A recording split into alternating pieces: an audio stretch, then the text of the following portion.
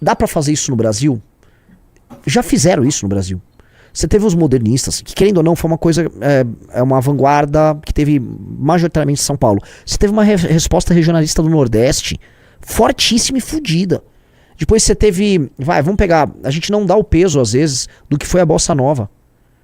A Bossa Nova foi um troço, puta que pariu, foi uma virada de chave. E se a gente entrar também na geração tropicalista, tinha coisa na Tropicália legal pra caralho. Tá certo, eu fui já pra música, né, mas antes, quando eu falo do regionalismo e do modernismo, a gente tá falando de coisa que envolve de artes plásticas a literatura. O Brasil já teve vanguardas próprias, inovação, e fez isso muito bem. Então, não é que a gente não é capaz de fazer isso, é que tem aí, a gente pode falar de todo o problema cultural, essa esquerda pós-22, a galera da Tropical, tudo isso, do boomer, levando a tradição de 22 até agora, esses caras interditaram a área cultural, e ela meio que virou uma bosta generalizada, perdeu qualquer vitalidade e não há produção de cultura nova no Brasil, não há nada. Nesse sentido, é tudo ridículo. Por isso todo mundo tenta aparecer, como o Impera falou, artistas dos anos 60. Né? Tá tudo mundo com uma saia de renda, meio brejeiro. Do Balu, né? Vai ter que ser uma coisa de ruptura. E essa coisa de ruptura não tem que realmente, a meu ver, não vai ter que muito se preocupar com o sucesso, vai ter que se preocupar em chegar nas pessoas certas, e eu ainda nem sei como vai ser. Eu acho que é nosso foco. E vai ser cringe no começo. Já pensou? Posso estar xingando tua banda aqui, mas não, pode ser o começo do... Não sobre você. Tô falando do Valete, do selo Valete. É que eu não vai sei, saber que vai surgir aí. Tem uma outra coisa que assim, pode ser que não seja sobre arte e cultura. Pode ser que seja um avanço tecnológico, uma produção de um tipo de linguagem que não necessariamente é sobre estética ou sobre expressão artística, e isso seja uma chave de uma virada cultural. Né? Por isso que a tecnologia tem um papel que às vezes a gente não mede aí. Por exemplo, o Steve Jobs pode ter sido ele próprio um artista que revolucionou tudo. Eu tava vendo uma coisa que eu fico... eu até gravei um podcast sobre bandas de rock, né? Álbum de rock, muito pra contrariar o Arthur Duval pro Valete. E aí uma das coisas que eu fiquei pesquisando e lendo, assim, sobre como na virada dos anos 90, isso que rola enquanto tese no final dos anos 60, e ocorre na cena cultural, especialmente de música, e de cinema também, que o cinema alternativo passa por isso, que é o underground virar o mainstream. Você teve um lento processo do underground se tornar o mainstream. E essa virada acontece oficialmente com Nirvana, em 1992. Quando saiu Nevermind, você pega o que era garagem, o que era alternativo, e você inverte, que é quando eles derrubam aquele glam rock, que já estava esgotado, aquela coisa Guns N' Roses, aquela coisa, e você tem um shift, e aí o mainstream passa a ser pautado pelo que é alternativo. E o Nirvana, assim, eu adoro os álbuns do Nirvana. Dito isso, o alternativo e aquele universo que já carregava em si toda a agenda, o Kurt Cobain era um puta de um feminista. Aquilo vai pros anos 2000 e se esgota, e aí eles mataram o rock como um todo. Porque o rock como gênero, que era o gênero musical do rapaz branco. O rapaz branco americano tocava rock e ouvia rock. O rock virou um gênero musical de gay. Porque ele caiu do Nirvana, ele virou um gênero musical gay. Você vai em qualquer festival de rock onde você vai, é um festival gay. Então, o gênero foi morto porque eles acabam entrando nessas piras. E a coisa vai. Eles vão e esgotam aquilo numa baixíssima qualidade. A produção passa a ser quase nula. Tanto que ir em show de rock hoje é assistir bandas velhas. Tanto pra mim o rock é um gênero que morreu. Mas eu tô usando o rock pra pegar, posso pegar circuito de cinema. Aconteceu isso em grande medida também. E aí sobrou os filmões de herói. Caça-níquel com filmão de herói e tal, que né, uma resposta merda comercial. A gente não... Onde a esquerda foi entrando e pegando as teses delas dos anos 60 e tornando o valor oficial e tornando isso mainstream, ela cagou. E eu acho que não tem muito pra onde ir. Eu acho que eles tornaram a arte estéril, eles tornaram a tal da dita cultura ocidental, inclusive de massa, e a supostamente erudita, ou avant-garde, estéril. E aí, o nosso campo não tem resposta pra dar. Então, o nosso campo não tem vitalidade artística, não tem nada. E aí eu acho que tá todo mundo girando em falso. Então tá todo mundo num... E aí, o que a gente faz? Não sei. E aí? Não sei. Tá nisso. Eu sinto isso pra caralho, Renan, porque o talento, ele é escroto, né? Geralmente. Ele é desigual e ele é babaca, via de regra. E, cara, só não encaixa no time deles mais. E eu, honestamente, não sei onde esses moleques estão indo hoje em dia nos Estados Unidos. Por exemplo, há um tempo atrás saiu uma matéria na mídia independente, né, falando sobre um certo ressentimento que estava surgindo entre os judeus, porque eles são muito ligados ao Partido Democrata, e, puta, eles são a uber elite, né, a extrema elite lá dos Estados Unidos, e eles estavam perdendo espaço de campanha entre as candidaturas democratas para minorias. E isso tava, tipo, já está mostrando uma contradição muito clara, né, o Partido Democrata sempre foi o partido das elites.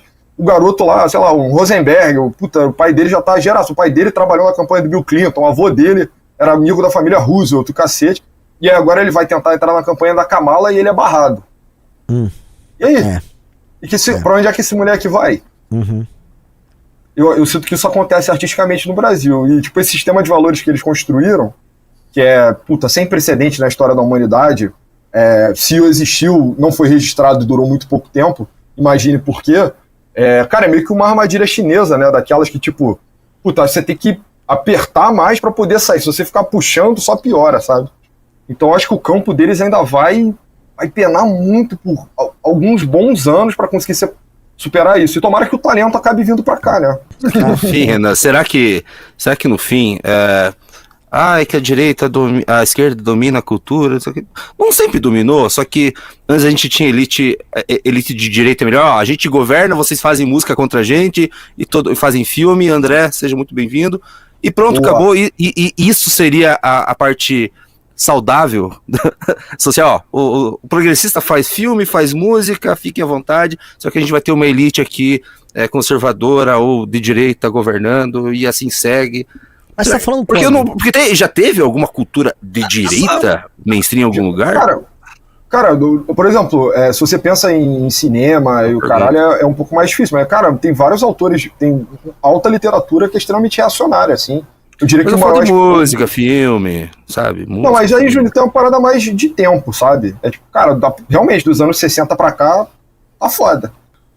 Mas eu tava falando, cara, a gente não pode cair nessa de que a arte é uma parada fundamentalmente de esquerda.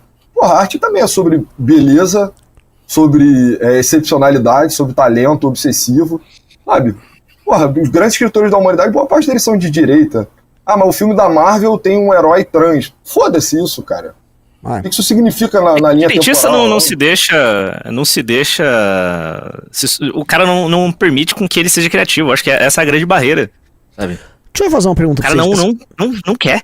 Essas categorias são categorias, vamos dizer, no mínimo pós-Revolução Francesa, ou vamos botar aí pós-Marx, vamos... como é que era essa lógica antes disso? Porque a gente for pensar, eu tava falando com o engenheiro Léo, né? Platão a gente enquadraria como o Sócrates morreu quase como um revolucionário que estava deturpando os jovens, né? Por conservadores fariseus gregos, vamos botar assim. Certo conservadorismo com uma vocação meio farisaica ateniense quis eliminar o Sócrates. O Sócrates seria o quê? Como a gente enquadraria? Porque nem existem as categorias disso. Mas a gente pode falar, por exemplo, que existem forças mais ligadas ao caos ou mais ligadas a elementos, pode ser dados como elementos disruptivos, de ruptura de tradição, e elementos mais ligados à manutenção da ordem, e existe a tensão entre eles. Isso aí é meio óbvio, isso aí os antigos já sabiam. A questão assim, os antigos já tratavam disso pra caralho, os indianos tinham uma fixação com isso. Os indianos, assim, eles meio que resolveram isso há, assim, milênios, eles resolveram essa porra. E essa tensão, ela sempre houve. A gente pode achar que talvez depois que veio a esquerda, e a gente começou a entender a esquerda como esquerda, a esquerda absorve o lance da inovação e da ruptura. E eles ficam com a inovação e ruptura, mas isso meio que sempre existiu, sempre houve na humanidade isso. E, então, como a gente enquadraria alguém que inventa uma nova forma no passado? Como a gente enquadra o Buda nesse sentido? Como a gente enquadra todos os reformadores religiosos? Cara, se ninguém for falar, eu gostaria de falar um pouco sobre o Platão e se o debate ele era um esquerdista ou não, né? Porque existe uma leitura comum de que o Platão era tipo um precursor da União Soviética, e isso me incomoda muito, muito, muito, muito, muito. Mas apesar de tudo, ele foi um revolucionário mesmo no tempo dele, né? O Platão ele acumulou durante a vida dele 3 tentativas de golpe de Estado. Né? Se eu não me engano, 3 ou 2, né? 2 vezes ele viajou para o sul da Itália e tentou dar um golpe lá para tentar implementar o que ele tinha estabelecido nas repúblicas, na República. E aí é justamente a distinção, dizem, né, da leitura que ele faz em A República, e aí depois tem a experiência em Siracusa, que é essa cidade, e aí depois ele parte para as leis. que seria uma coisa mais distanciada, assim, mais ponderada já pelo fracasso dele. Mas assim, muitas vezes a gente usa o termo conservador, para como se o espectro verdadeiro fosse esse, como se a direita fosse conservadora e a esquerda fosse progressista. Mas eu verdadeiramente não acredito que isso seja estático, seja absolutamente, tipo, seja uma coisa em absoluto. Né? É porque o campo direitista que preponderou com o tempo, e eu estou entrando num território muito delicado, né? A relação entre direita e vanguardas artísticas. Mas o que preponderou, o que sobrou para depois da Segunda Guerra Mundial, mas não precisa ser assim, né? A Tech Right, ela, por exemplo, se propõe a ser uma direita que é absolutamente disruptiva. Mas direita não precisa ser conservadora, eu não acredito nisso. No fundo, eu acho que a definição mais segura é que direita é sobre desigualdade ou então hierarquia. Ou então um olhar introvertido. Esquerda é sobre dilatar o núcleo de costume e direita é sobre restringir o núcleo de costume. Por isso que a gente consegue pensar assim, se eu falo um pai de 2 filhos, direita ou esquerda? Direita, vai todo mundo falar. Ou um cara pelado na rua sambando? Esquerda. Eu tô dilatando o que seria o costume. Isso é uma parada. Eu e pessoas, a gente viu um vídeo de um cara muito bom, chamado Jonathan Pajot. Não estou puxando sardinha, tá? Mas ele é um especialista em simbologia ortodoxa. E ele fala sobre uma associação entre São Pedro e São Paulo, no nascimento do cristianismo. Então, Pedro era o cara que tinha a visão de que o cristianismo era para os judeus, ele deveria ser derivado da lei hebraica e dos costumes hebraicos judaicos, ou seja, o cristianismo para poucos, o preservando a tradição dos fariseus do tempo dele. E Paulo, ele não, era o apóstolo dos gentios. Não, o cristianismo é para todas as pessoas, é para tudo, é uma mensagem universal, ela é infinita. Então, geralmente, coisas boas, tipo, coisas que duram muito, lidam com essa tensão interna e externa, assim, sabe? Exatamente. A grande... A busca por esse equilíbrio nessa tensão é a grande busca universal. Meio que assim, a resposta tá em obter esse equilíbrio. Eu acabo chegando, quando eu fico puxando, assim, como se a direita no fundo fosse forma e a esquerda é sobre matéria. Pra gente descer, né? E aí a direita é o elemento masculino e a esquerda é o elemento feminino. E se a gente chegar nisso e buscar tensão entre elemento feminino e masculino, você vai pegar... meio que a gente chega nisso também, porque a hierarquia tá na forma, porque a forma tem uma hierarquia sobre a matéria, né? A forma ela se dá sobre a matéria, mas ao tempo, se você não tiver a matéria, você não consegue aplicar a forma no mundo. Então essa tensão entre as duas coisas é muito louca. Por isso, quando a gente vai eu tinha uma fase que eu fiquei louco por Deleuze, né? E ele, o Guattari, vivem chamando de fascismo, porque tem essa definição que a esquerda fala o seguinte, que a esquerda chama tudo de fascismo, e isso é uma grande imprecisão, porque não é igual lá o do Mussolini, não sei o quê. Mas meio que eles estão indo para um tipo de definição de fascismo que não é sobre o fascismo histórico. Eles falam fascismo como essa determinação de hierarquias e o estabelecimento de hierarquias que para eles necessariamente é uma violência, né? E aí o estabelecimento de hierarquias e de normas, e isso se impõe de cima para baixo, e eles acreditam em outra coisa, né? A coisa rizomática, as rotas de fuga, e aí os fluxos e processos que vamos dizer que tem uma natureza quase caótica nesse sentido, e por si só pouco ou nada hierárquico. Ainda que eles falam que vai ter elementos de hierarquia nisso. É super doido. Não é assim, eu recomendo que leiam, porque é interessante pra caramba. Então, pra eles, o estabelecimento de normas e hierarquias é fascismo pra eles. Então, por isso que eles vão falar que qualquer coisa que vá mais ou menos pra essa linha é fascista. E eu olho assim, a direita enquanto o estabelecimento de um determinado tipo de forma. O problema e quando a forma ela fica velha ou ela ossifica, né? Que quando a gente fala também daquelas eras dos indianos, a gente tá no Kali Yuga, eles falam de uma calcificação, a forma fica muito rígida e a forma quebra, né? Você vai precisar trazer uma forma nova. Essa forma nova, aí seria um processo revolucionário à direita, em que você tem meio que uma nova revelação, uma nova verdade, uma nova forma para ser trazida na matéria. Então, em certa medida, a direita pode ser completamente disruptiva e propor algo novo. Tanto que o que eu acho que a direita tem que fazer agora, não só aqui, no mundo. Só que essa resposta não tem. Trazendo pro Brasil qual é a nova forma? A direita até que é isso. Eles produzem, eles estão avançando com o desenvolvimento tecnológico, mas vai demorar muito tempo para esse negócio acabar escorrendo pro restante da sociedade. Eles não estão nem aí. Eles não têm sem certos correr. pudores que um direitista aqui tem. Não, eles estão. O Elon Musk tá com a porra do seu Neuralink e isso assusta qualquer direitista aí que teme transhumanismo. Cara, não dá pra falar que o Elon Musk, essas operações ali do objetivo é algo de esquerda. Não, eles são direitistas, progressistas e não é uma contradição. Tipo, eles estão operando de outra forma. Cara, eu penso muito sobre o papel da tecnologia no alinhamento político, assim, né? Então, é normal que em sociedades muitíssimo tradicionais, por exemplo, a sociedade chinesa por muito tempo, ela teve um foco de muita introversão e isolamento. Os japoneses a mesma coisa. Só que eles eram muitíssimo ricos ao mesmo tempo também. Mas o confucionismo proporcionou um arranjo lá que valorizava muito estrutura, desigualdade, ordem, etc. Então, os chineses conseguiram acumular capital suficiente para se lançar aos mares, por exemplo, né? Tem aquela história lá da grande expedição do... eu esqueci o nome do cara, enfim. Deveria lembrar, mas Tinha os chineses se lançaram... gigante. Exato, um barco grande pra caralho, assim, que faria as 3 caravelas parecerem uma bosta, e eles atravessaram ali Malaca, chegaram até a Índia, e aí voltaram com as informações e falaram, cara, o mundo é muito mais do que a China, e as outras culturas se organizam de forma completamente diferente. Qual foi a reação da sociedade tradicional chinesa na época? Foi botar fogo no barco. Foi, cara, não. Tipo, isso vai gerar disrupção e desordem na nossa sociedade aqui, que é profundamente tradicional.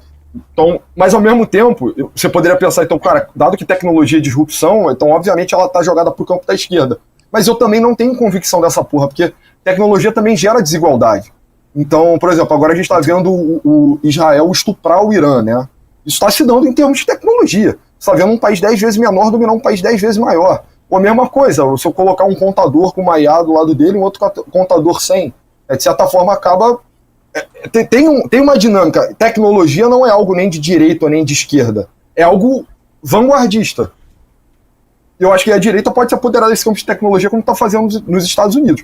Só que, assim, trazendo para o Brasil, para a gente pisar mais, eu sempre faço essa provocação, fico sacaneando a pessoa que a nossa tech writer é tipo o Pablo Marçal, o Ítalo Marcilli, o Thiago Nigro, porque são os caras que estão acumulando capital com tecnologias digitais, né? Então... eu não sei o que fazer. Aqui eu não sei o que fazer, entendeu? Eu acho que talvez seja cultura mesmo. Como a gente não tem know-how, ou melhor, os nossos melhores vão embora na primeira oportunidade, talvez realmente o foco da direita deveria ser cultura mesmo e não se preocupar em atingir as massas. Eu acho que esse deveria ser o objetivo, sabe? O problema é que, o problema é o autofinanciamento, é que nós não temos essa cultura de mecenato, sabe? As pessoas não querem pagar por nada. Aí volta pro... Cara, é uma dificuldade que eu não consigo... um problema que eu não consigo resolver, sinceramente. Mas você acha eu acho que Desculpa, fala BH. Eu acho que o mais próximo que a gente tem de uma tech right é o MBL. Porque você... Assim, mesmo que não exista um grande capital acumulado sendo investido em novas tecnologias, a gente tem um aproveitamento da rede da forma mais inteligente possível dentro do campo da política. Então, a gente acaba sendo um tipo de vanguarda e de pessoas que exploram tanto os conteúdos que estão lá fora quanto as inovações do mundo e mescla isso com política, como a Tech Right faz nos Estados Unidos. Tanto que os temas que eles tratam lá reverberam no Brasil por meio de nós, assim, quem que acompanha Peter Thiel, Elon Musk, os temas da Valete, até a questão dos cogumelos. Então a gente vai realmente longe nesse negócio de Tech Right e você nunca vai ver um Kim Paim ou algum outro bolsonarista tentando entrar nisso porque é outra geração e eles são, de certa forma, mais antiquados, assim, a gente está aberto a esse progressismo de direita, né, que é tecnológico e visa um avanço positivo em certas questões que a sociedade está travada, enquanto eles estão num conservadorismo antiquado, como, por exemplo, uma manifestação do Silas Malafaia, que é feita para pessoas de mais de 60 anos, qualquer jovem fica muito envergonhado de ver até a convocação ou o próprio evento. Então, eu acho que Tech Right não é simplesmente sobre tecnologia, mas sobre vanguarda, e nós acabamos sendo a Tech Right mesmo, sem querer. Legal. Mas, voltando para a direita tech no Brasil, que é o de mais avançado nisso, tá fazendo post de água e revista física. Agora, o que eu falar? Você vê o nível que tá a direita brasileira nessa questão. Mas eu falo de vibe, cara. Eu não falo de grana, eu não falo de empresa, eu falo de vibe, mano. Mas quem não consegue entender isso... Não, mas você tá certo. Eu acho que assim... É por aqui que vai rolar. Eu também acho. E assim, outras iniciativas de outras pessoas boas que tem em outros lugares vão acabar se juntando. E tem uma coisa que tem a ver com isso, porque eu vivo recomendando esse artigo, que é o artigo em que o Curtis Yarvin tenta estruturar o que precisa ser feito dele, que é o Acorns for the Culture War. Tá no Substack dele, tá no Grey Mirror. Eu recomendo que leia, porque ele vai pra uma editora, ele começa como editora de livros ali, não sei o que, Grove, é isso não... É a que lançou a geração beatnik, que começou a trazer os autores de vanguarda europeus para os Estados Unidos dos anos 40 em diante. E, cara, se você for pegar, porque esses autores da geração beat são autores que eu adoro, e eles escreviam para eles. O Kerouac escrevia pro Ginsberg ler. Então, em grande medida, você vai começar a criar uma subcultura produzindo coisas sem se preocupar com o grande público e sem se preocupar com o resultado histórico daquilo. E é uma coisa autorreferente, e é uma coisa que se propõe a ser muito diferente do que vem sendo. Você cria uma vanguarda meio que nisso. E aí as pessoas começam a entrar naquilo da vanguarda, e você vai criando uma linguagem, essa linguagem vai derivando para outros campos, né? E aí aquilo tudo explode, né? Você faz uma linha temporal muito clara, assim, a geração beat com o jazz, aquilo vai parar nos anos 60, o fio condutor da geração beat pro rock and roll foi o Bob Dylan. Bob Dylan pega a linguagem beat e leva pra linguagem do rock, tira aquela linguagem meio infantil do rock. Aí vem os anos 60, tanto que o nome hippie é um diminutivo de hipster. E o hipster era o cara da geração do Kerouac, dos anos 40. Então, o hippie é um diminutivo, é um hippie, um hipster mesmo. E o impacto cultural que isso foi tendo em tudo, assim, foi a revolução. E o Curtis Yarvin, ele vai ali, ó. Começou ali, é um negócio pequenininho. Tem que ter uma gênese de pessoas que vão produzir coisas sem se preocupar com a cultura de massa. A direita, quando a vez a gente fala, a gente tá falando aqui, eu vi os comentários, a gente falando, não, porque tem que ter inovações na parte de cultura, blá, blá, blá, blá, blá. A galera já imagina algo grande. A galera já pensa, vamos fazer um filme de direita. Não tem nada a ver com isso. Tem absolutamente nada. Não é sobre isso. É sobre uma coisa que provavelmente quase ninguém aqui no chat vai entender. E isso não, assim, isso não é fácil, isso é muito difícil, acho que tá além da nossa compreensão aqui. Isso, assim, um artista é quase um santo que tem uma revelação. É uma coisa... Mas eu não acho que a questão no Brasil, Renan Santos, é até pela a dificuldade do meio de inovação, porque se você é uma pessoa muito inovadora e muito inteligente e quer fazer alguma coisa, você não vai conseguir, porque você vai ser taxado, é muito difícil, você vai quebrar, você não vai ter dinheiro. Se você tá na parte cultural, você precisa se ligar a algum programa governamental. Aqui é tudo feito para também não ter criação cultural. Nem de direita nem de esquerda, pra falar a verdade, e acaba ficando... Tanto que a gente tá preso ainda na linguagem dos anos 60. A esquerda tá presa na linguagem dos anos 60. No modernismo, a arte brasileira tá, assim, tá presa em babaquices do modernismo. Mas, cara, de repente é uma vocação do MBL também servir como, sei lá, desenvolver uma parte para ser uma incubadora, ou pelo menos uma conectadora de essas iniciativas empresariais de tecnologia e caras com dinheiro, sabe? Dado que isso tá posto, que traga para o seio da instituição, eu acho. Tem muita demanda. Eu tenho, aqui no Rio, enfim, algumas cidades estão disputando essa ideia de ser tipo o berço de startup no Brasil. Eu não sei o quão maluco é essa ideia, né, mas...